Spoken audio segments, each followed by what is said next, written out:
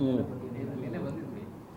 ನಿನ್ನೆ ನೀವು 12 ಗಂಟೆ ಒಡೆ ಅಂದ್ರಿ, ಅಷ್ಟು ಕಾದೆ ಆಮೇಲೆ ಹೊರಟೆ. ಸರ್, ಸೋನಿಯಾ ಗಾಂಧಿ ಅವರು ಭಾರತದ ವಿದೇಶಾಂಗ ನೀತಿಯ ಬಗ್ಗೆ ಒಂದು ಆಕ್ಷೇಪವನ್ನು ಇಟ್ಟಿದ್ದಾರೆ. ಅಂದರೆ ನಮ್ಮ ಮೌನ ಏನಿದೆ ಇದು ಬರೀ ತಟಸ್ಥ ನೀತಿ ಅಲ್ಲ, ಇದು ನಾವು ಪದತ್ಯಾಗ ಮಾಡಿದಂತಹ ಭಾವನೆ ಬರ್ತಾ ಇದೆ ಅನ್ನುವಂಥ ಒಂದು ದೊಡ್ಡ ಆಕ್ಷೇಪವನ್ನು ಇಟ್ಟಿದ್ದಾರೆ. ಈ ಇರಾನ್ ಮತ್ತು ಈಗಿನ ಘಟನೆಗಳನ್ನ ನೋಡಿದ್ರೆ ನಮ್ಮ ವಿದೇಶಾಂಗ ನೀತಿಯ ವಿಚಾರದಲ್ಲಿ ಏನು? ಈಗ ಕಾಂಗ್ರೆಸ್ ಪಕ್ಷದ ವಿದೇಶಾಂಗ ನೀತಿ ಅಲ್ಲ, ಭಾರತ ದೇಶಕ್ಕೆ ಸ್ವತಂತ್ರ ಬಂದ ನಂತರ ಪಂಡಿತ್ ಜವಾಹರ್ಲಾಲ್ ನೆಹರೂರವರು ಮಾಡಿದಂಥ ವಿದೇಶಾಂಗ ನೀತಿಯಲ್ಲಿ ನಾವು ಯಾವತ್ತೂ ಸಹ ತಟಸ್ಥರಾಗಿದ್ದಂಥವ್ರು. 60ನೇ ದಶಕದಲ್ಲಿ ಅಲಿಪ್ತ ರಾಷ್ಟ್ರಕೂಟವನ್ನು ಪ್ರಾರಂಭ ಮಾಡಿ, ಅದು ಯುಗೋಸ್ಲಾವಿಯಾದ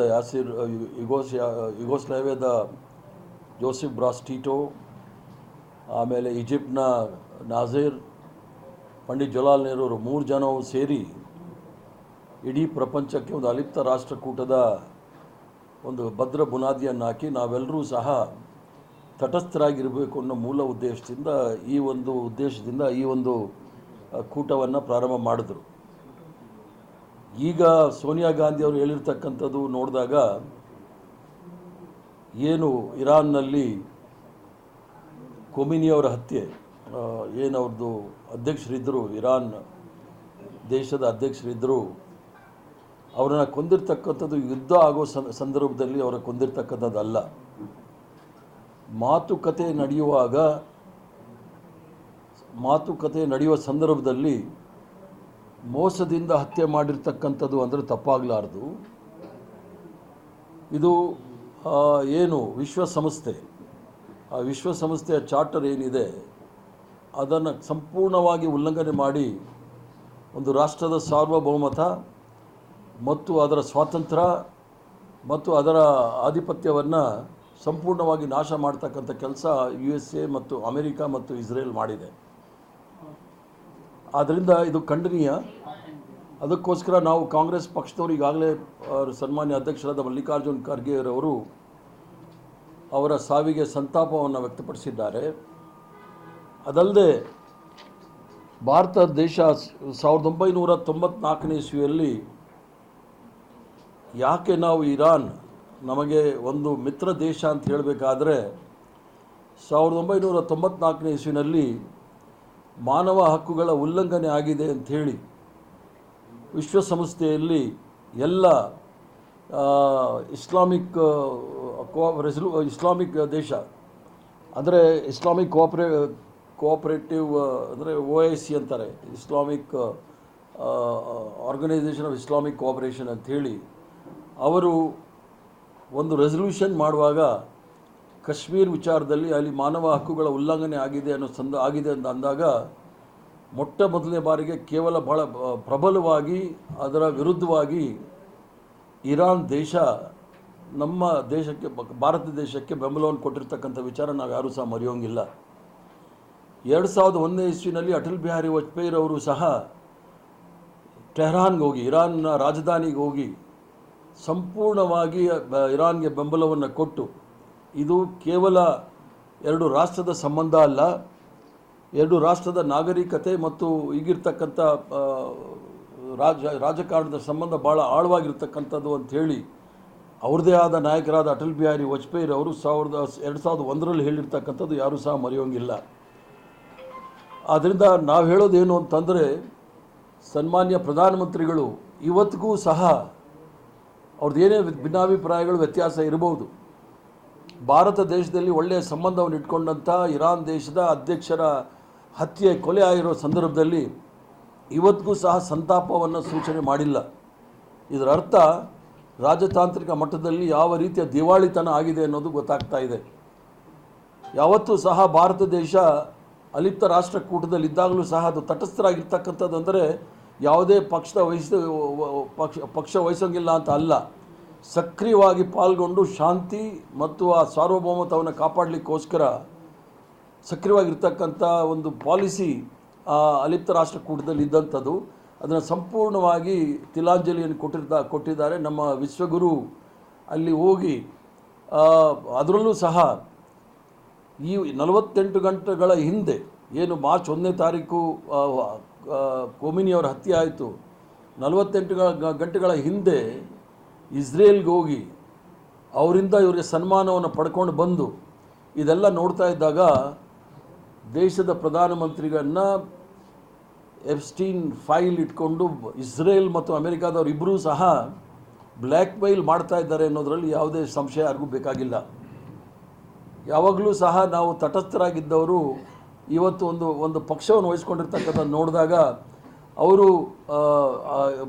ಏನು ಸೋನಿಯಾ ಗಾಂಧಿ ಅವರು ಹೇಳಿದ್ದಾರೆ, ನಾವು ನಮ್ಮ ಜವಾಬ್ದಾರಿಯಿಂದ ಪಲಾಯನ ಮಾಡಿರ್ತಕ್ಕಂಥದ್ದು ಅನ್ನೋದನ್ನು ಭಾಳ ಸ್ಪಷ್ಟವಾಗಿ ನರೇಂದ್ರ ಮೋದಿಯವರು ನಡೆ ನುಡಿಗಳು ಭಾಳ ಸ್ಪಷ್ಟವಾಗಿ ಕಾಣ್ತಾ ಇದೆ.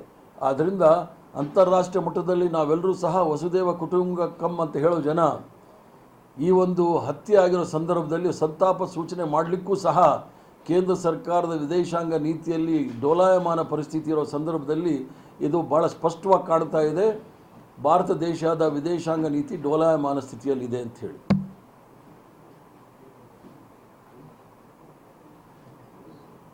ಚೈನಾ ಮತ್ತು ರಷ್ಯಾ ಕೂಡ ಯಾವುದೇ ಸಂತಾಪ ಚೈನಾ ಮತ್ತು ರಷ್ಯಾದವರು ಈಗಾಗಲೇ ಸಂತಾಪವನ್ನು ವ್ಯಕ್ತಪಡಿಸಿದ್ದಾರೆ, ಇಬ್ಬರೂ ಸಹ ವ್ಯಕ್ತಪಡಿಸಿದ್ದಾರೆ. ಇದು ಆಗಿರೋದು ಸರಿ ಇಲ್ಲ ಅಂಥೇಳಿ ಭಾಳ ಸ್ಪಷ್ಟವಾಗಿ ಹೇಳಿದ್ದಾರೆ. ಸರ್, ಈ ಸ್ಟ್ಯಾಂಡು, ಭಾರತದ ಈ ಸ್ಟ್ಯಾಂಡು ಮುಂದಿನ ದಿನಗಳಲ್ಲಿ ನಮಗೆ ಬೇರೆ ವಿದೇಶಾಂಗಗಳಿಂದ, ಬೇರೆ ಬೇರೆ ದೇಶಗಳಿಂದ ಒಂದು ಆತಂಕ ತಂದಿಡಬಹುದಾ? ಈಗ ಪ್ರಶ್ನೆ ಬಂದಿರತಕ್ಕಂಥದ್ದು, ಅಮೇರಿಕ ಅವರ ಕುಕೃತ್ಯ ನೀವು ನೋಡಿದಾಗ ಇರಾಕ್ನಲ್ಲಿ ವೆಪನ್ಸ್ ಆಫ್ ಮಾಸ್ ಡಿಸ್ಟ್ರಕ್ಷನ್ ಇದೆ ಅಂಥೇಳಿ ಇರಾಕನ್ನ ಬರ್ಬಾದ್ ಮಾಡಿದ್ರು, ಲಿಬಿಯಾದ ಇದು ಮಾಡಿದ್ರು. ಅದಾದ ನಂತರ ಮೊನ್ನೆ ಒಂದು 3-4 ತಿಂಗಳ ಹಿಂದೆ ವೆನೆಜುಲಾದಲ್ಲಿ ಹೋಗಿ ಅವರ ಅಧ್ಯಕ್ಷರನ್ನ ಜೈಲಿಗೆ ಹಾಕ್ತಾರೆ. ಅಂದರೆ ಎಲ್ಲ ಸಾರ್ವಭೌಮತ್ವದ ಇರ್ತಕ್ಕಂಥ ರಾಷ್ಟ್ರಗಳಲ್ಲಿ ಅವರು ಯಾವುದಾದ್ರೂ ಒಂದು ರೀತಿಯಲ್ಲಿ ಹೋಗಿ ಅದನ್ನು ಅವರ ಹಿಡಿತಕ್ಕೆ ತಗೊಳ್ಳಿಕ್ಕೆ ಪ್ರಯತ್ನ ಮಾಡ್ತಾ ಇದ್ದಾರೆ.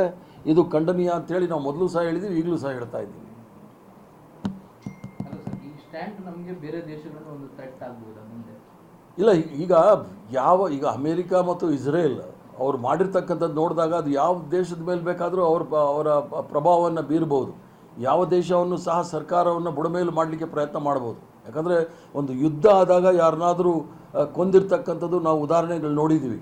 ಒಂದು ಮಾತುಕತೆ ನಡೆಯುವಾಗ ಹೋಗಿ ಕೊಲ್ಲೋದಿದೆಯಲ್ಲ, ಅದು ಒಂದು ಮೋಸದ ರೀತಿಯಲ್ಲಿ ಮಾಡಿರ್ತಕ್ಕಂಥದ್ದು ಅಂದರೆ ತಪ್ಪಾಗಲಾರ್ದು. ಇದು ಎಲ್ಲ ದೇಶದಲ್ಲೂ ಸಹ ಯಾವ ಸಂದರ್ಭದಲ್ಲಿ ಏನಾಗುತ್ತೆ ಅನ್ನೋದು ಗೊತ್ತಾಗೋದಿಲ್ಲ. ಆಮೇಲೆ ಮೋದಿಯವರು ಇಸ್ರೇಲ್ ಪರವಾಗಿ ನಿಂತ್ಕೊಂಡಿರ್ತಕ್ಕಂಥದ್ದು ಕೂಡ ವ್ಯಾಪಕವಾಗಿ ಟೀಕೆಗಳು ಗುರಿಯಾಗ್ತಿದೆ ಸರ್. ಮತ್ತೆ ಅಲ್ಲಿ ನೇತನ್ಯಾಹು ಕೂಡ ಮೋದಿಯವರನ್ನ ಮೈ ಬೆಸ್ಟ್ ಫ್ರೆಂಡ್ ಅಂತ, ಮೈ ಡಿಯರ್ ಫ್ರೆಂಡ್ ಅಂತನೆಲ್ಲ ಉಲ್ಲೇಖ ಮಾಡ್ತಾರೆ. ಈಗ ಬೆಸ್ಟ್ ಫ್ರೆಂಡ್ ಅಂತಂದರೆ ಶೇಕ್ಸ್ಪಿಯರ್ ಹೇಳ್ತಾರೆ, people with common taste and common sorrow flock together, birds with the same feather flock together ಅಂತ ಹೇಳಿ. ಅಲ್ಲಿ ನೆತನ್ಯಾಹು ದೊಡ್ಡ ಕೊಲೆಗಡಕ, ಗಾಜಾದಲ್ಲಿ 60,000 ಜನ ಮಕ್ಕಳನ್ನ ಕೊಲೆ ಮಾಡಿರ್ತಕ್ಕಂಥ ದೊಡ್ಡ ಕೊಲೆಗಾರಿಕ.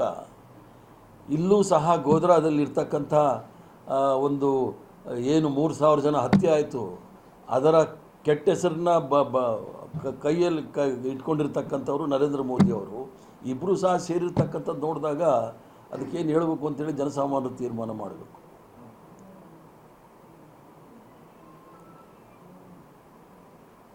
ಸರ್, ಈ ಗ್ಯಾರಂಟಿ ಯೋಜನೆಗಳ ಬಗ್ಗೆ ಪರಿಷ್ಕರಣೆ ಮಾಡಬೇಕು ಅಂತ ಇನ್ನೊಂದು ಕಡೆ ಮತ್ತೆ ಪಾಕಿಸ್ತಾನ ಕೂಡ ಯುದ್ಧ ಮಾಡ್ತಾ ಇದ್ದಾರೆ ಸರ್. ಅದು ಆಂತರಿಕ ವ್ಯವಹಾರಗಳು. ಯಾಕಂದರೆ ಅಲ್ಲಿ ತಾಲಿಬಾನ್ ಸರ್ಕಾರ ಇರೋದು, ಪಾಕಿಸ್ತಾನದಲ್ಲಿ ಅದು ಯುದ್ಧ ಬೇರೆ.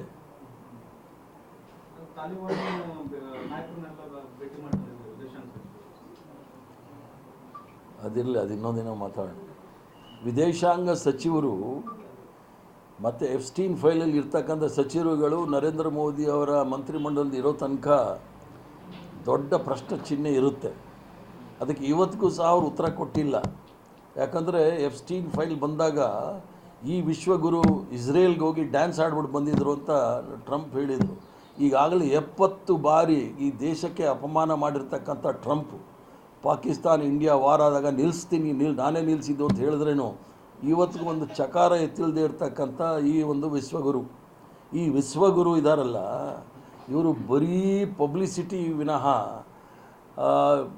ನೈಜವಾದ ವಿಚಾರಗಳನ್ನು ಪತ್ರಿಕೆಗಳಲ್ಲಾಗಲಿ ಅದು ಸಾರ್ವಜನಿಕರಾಗಲಿ ಹೇಳಲಿಕ್ಕೆ ಈಗಲೂ ಸಹ ಇಸ್ರೇಲ್ಗೆ ಹೋಗಿದ್ದ ಕಾರಣ ಏನು ಅಂತೇಳಿ ಬಹಿರಂಗವಾಗಿ ಅವ್ರಿಗೆ ಹೇಳೋಕ್ಕಾಗ್ತಾ ಇಲ್ವಲ್ಲ. ಅದು ವಿದೇಶಾಂಗ ನೀತಿ ಅಂತಂದ್ರೇನು? ಅವ್ರು ಬಂದು ಪಾರ್ಲಿಮೆಂಟಲ್ಲಿ ಹೇಳಬೇಕು, ಇಲ್ಲ ಸಾರ್ವಜನಿಕವಾಗಿ ಹೇಳಬೇಕಾಗತ್ತೆ. ಪತ್ರಕರ್ತನ ಕರೆದು ಪತ್ರಕರ್ತನೇ ಭೇಟಿ ಮಾಡೋಕ್ಕಾಗೋದಿಲ್ಲ.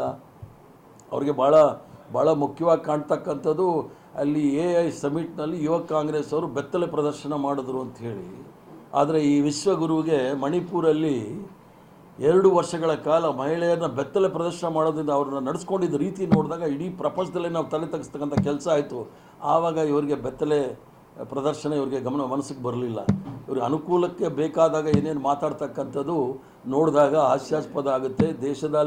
ದೇಶದ ವಿದೇಶಾಂಗ ನೀತಿ ಯಾವ ಕಡೆ ಹೋಗ್ತಾ ಇದೆ ಅನ್ನೋದು ಸಹ ಇನ್ನೂ ಸಹ ಗೊತ್ತಿಲ್ಲ. ಸರ್, ಮೋದಿ ಅವ್ರದ್ದು ವಿದೇಶಾಂಗ ನೀತಿ ದ್ವಂದ್ವ ನಿಲುವು ಅನ್ಸುತ್ತೆ. ಅಲ್ಲ, ಅವ್ರ ವಿದೇಶಾಂಗ ನೀತಿ ಎಪ್ಸ್ಟೀನ್ ಫೈಲಲ್ಲಿ ಸಿಕ್ಕಾಕೊಂಡಿದೆಯಲ್ಲ. ವಿದೇಶಾಂಗ ನೀತಿ ಏನು ಪಂಡಿತ್ ಜವಾಹರ್ಲಾಲ್ ನೆಹರೂರವರು 75 ವರ್ಷಗಳ ಕಾಲ ನಾವು ಅನುಸರಿಸ್ಕೊಂಡು ಬರ್ತಾ ತದ್ವಿರುದ್ಧವಾಗಿ ಹೋಗ್ತಾ ಇದ್ದಾರೆ. ನಮಗೆ ಒಳ್ಳೆ ಸ್ನೇಹಿತರಿದ್ದು ರಷ್ಯಾದವರು. ಕಾಶ್ಮೀರ ವಿಚಾರ ಬಂದಾಗ ವಿಶ್ವಸಂಸ್ಥೆಯಲ್ಲಿ ವೀಟೋ ಮಾಡಿದ್ದು ರಷ್ಯಾದವರು. ಅವರೂ ಸಹ ಸಂಬಂಧ ಸರಿ ಇಲ್ಲ. ಕಾಂಗ್ರೆಸ್ ಪಾರ್ಟಿ ಇನ್ನೊಂದು ಮುಸ್ಲಿಂ ಲೀಗ್ ಆಗ್ತಿದೆ ಅಂತ ಹೇಳ್ತಿದ್ರು. ಅವ್ರಿಗೆ ಪಾಕಿಸ್ತಾನು, ಮುಸ್ಲಿಮು, ಹಲಾಲು, ಹಿಜಾಬು ಮತ್ತು ಅಜಾನು, ಮಚ್ಲಿ, ಮಟನ್ ಹೇಳಿಲ್ಲ ಅಂದರೆ ಅವ್ರಿಗೆ ರಾಜಕಾರಣನೂ ಇಲ್ಲ, ಅವ್ರಿಗೆ ತಿಂದಿರೋದು ಅರ್ಗೋದು ಇಲ್ಲ. ಭಾರತೀಯ ಜನತಾ ಪಾರ್ಟಿಯವ್ರಿಗೆ RSSಗೆ ಇವ್ರು ಯಾವ ರಾಷ್ಟ್ರ ಅಂತೆ? ಈ ದೇಶದ ಅತ್ಯಂತ ಹೆಚ್ಚಿನ ಗೋಮಾಂಸ ರಫ್ತಾಗ್ತಾ ಇರೋದು ನರೇಂದ್ರ ಮೋದಿಯವರ ನಾಯಕತ್ವದಲ್ಲಿ ಈ ದೇಶದಿಂದ ರಫ್ತಾಗ್ತಾ ಇದೆ. ಯಾವ ಮುಸ್ಲಿಂ ಲೀಗ್ ಅಂತ ಹೇಳ್ತಾ ಇದ್ದಾರೆ? ಆದ್ದರಿಂದ ಮನಸ್ಸಿಗೆ ಬಂದಂಗೆ ಅವ್ರದ್ದು ಸೋಷಿಯಲ್ ಮೀಡಿಯಾ ಇದೆ ಅಂತ ಹೇಳಿ ಏನು ಬೇಕಾದರೂ ಹೇಳ್ತಾರೆ ಅವರು. ಇನ್ನಷ್ಟು ಹೆಚ್ಚಿನ ಮಾಹಿತಿಗಾಗಿ ಫಾಲೋ ಮಾಡಿ ಬ್ರಿಗೇಡ್ ನ್ಯೂಸ್ ಕನ್ನಡ.